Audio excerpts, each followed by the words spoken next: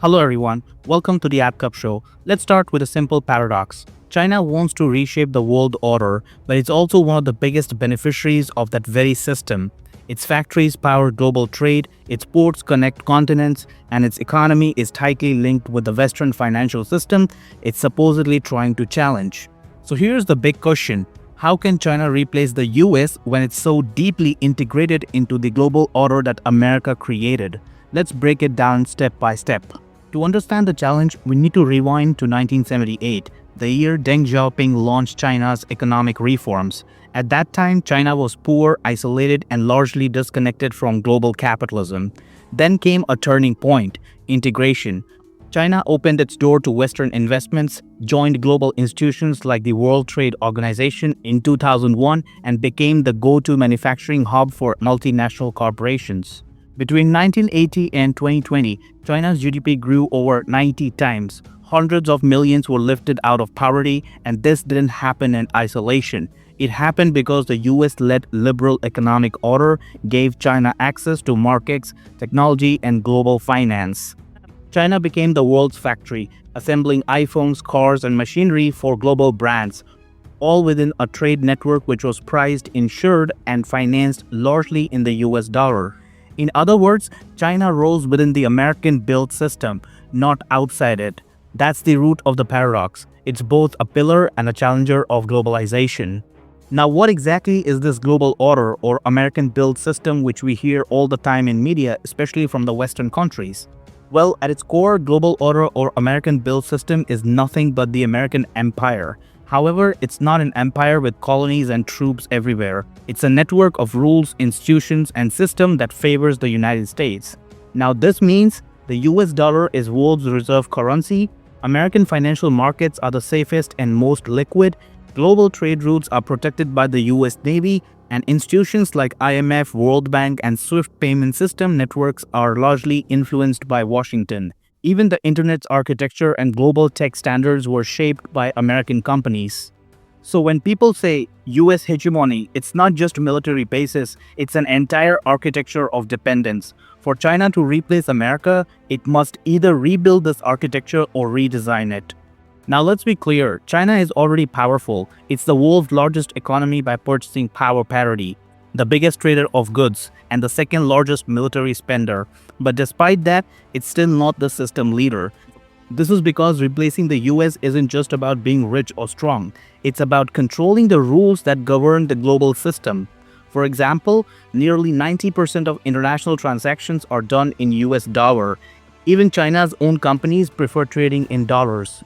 The Chinese yuan accounts for barely 3 to 5% of global payments. That means global trade of finance are still running through American pipelines, giving Washington enormous leverage. If you want to know about what China has to do in order to replace dollar with its yuan, then watch my previous video. The link is in the description. When the US imposes sanctions, it can cut off countries, companies, even individuals from the dollar system, effectively freezing them out of global trade. China doesn't yet have that kind of reach. But Beijing knows all this and it's not sitting idle. China is quietly building its own parallel ecosystem. It's constructing financial alternatives like the cross-border interbank payment system (CIPS), a potential alternative to SWIFT for yuan-based transactions. It's forming economic corridor under Belt and Road Initiative, financing ports, railways, and power plants in over 150 countries. And it's promoting trade settlements in yuan, especially with countries like Russia, Iran, and some African and Asian nations who want to reduce their dependence on the dollar. At the same time, China's Asian Infrastructure Investment Bank and New Development Bank acts as mini IMFs, lending without Western political conditions. Together, these projects are not just about economics, they're about rewriting the rules of global finance and influence. But there is a catch. These systems still operate within the broader dollar-dominated order. Most BRI loans, for example, are denominated in dollars. And the global investors still treat US Treasury bonds, not Chinese assets, as the ultimate safe haven. So while China is creating alternatives, it hasn't yet built a full-fledged replacement or even got something of its own. Now, power isn't only about money or weapons. It's also about narratives, trust, and attraction. The US enjoys a massive soft power advantage, Hollywood, global universities, cultural exports, and English as an international language of business. However, now the world is tired of Americanism and wants to move on. Meanwhile, China's global image is more complicated.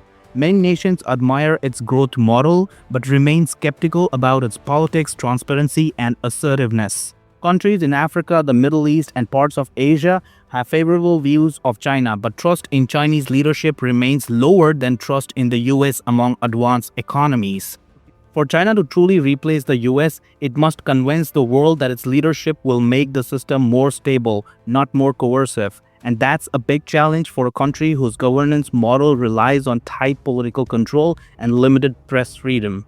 China's economic success depends on the same global system it wants to revise.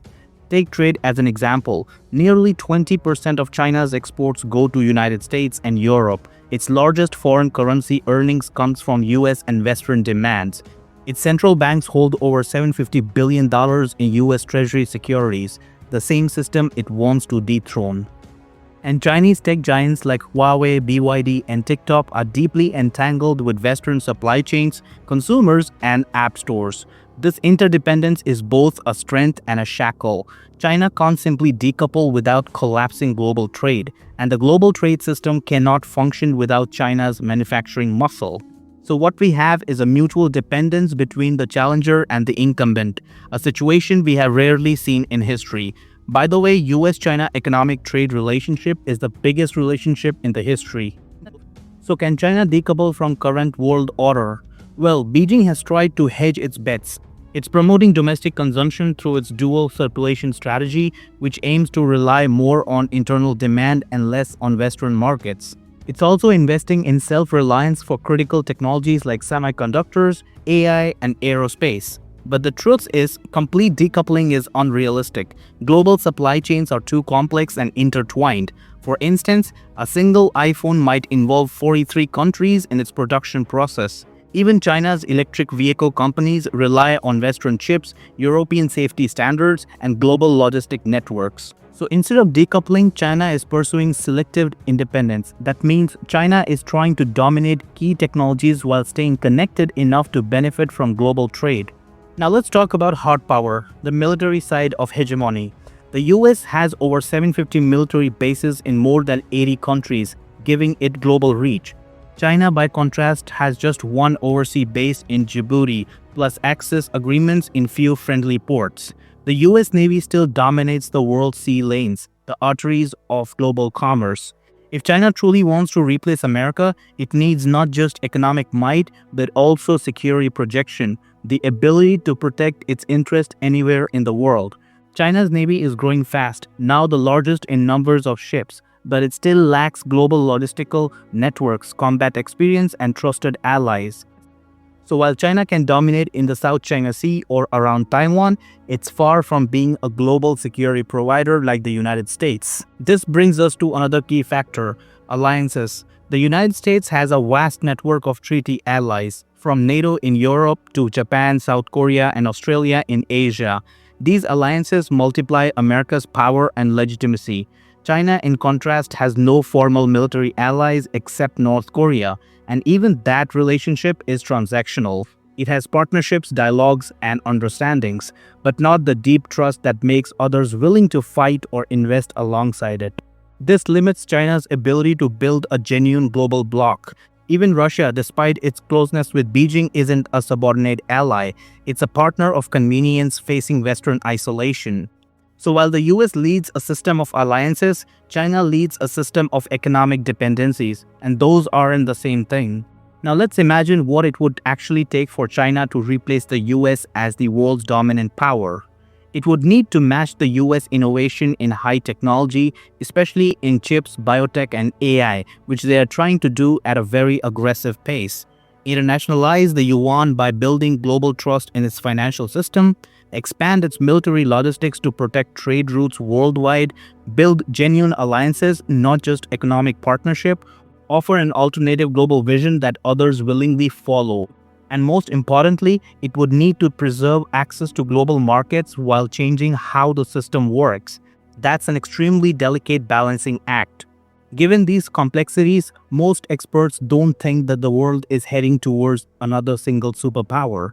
Instead, we are entering a multipolar era where power is shared among several major players. The US will remain the top financial and military power, but its internal situation is not looking good. China will dominate manufacturing and technology in many areas. Europe, India, Japan, and regional blocs will act as a balancing power. This means the next world order may not have a single ruler, but rather a contested equilibrium where influence is negotiated issue by issue. And that's what probably China is also looking for, not total replacement, but redefinition. Instead of overthrowing the US led system, China wants to reshape it to better suit its interests. Using BRI and BRICS to create new trade networks, expanding the yuan's role alongside the dollar, promoting digital and tech standards that originate in China, and creating parallel institutions that gives it more leverage in negotiations. This is revisionism without revolution, changing the system from the inside rather than burning it down. Beijing knows that outright confrontation would be economically disastrous. So instead, it's playing the long game, one policy, one deal, one standard at a time.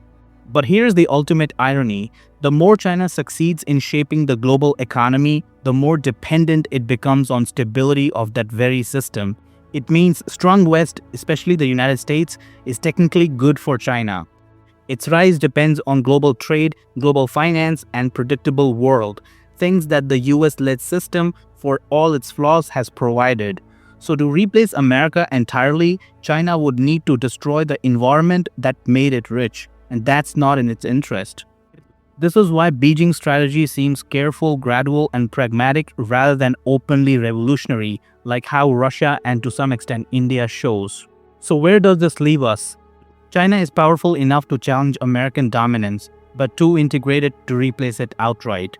What we are witnessing isn't the rise of a new empire, it's basically the evolution of a shared order where both powers compete, cooperate, and sometimes collide.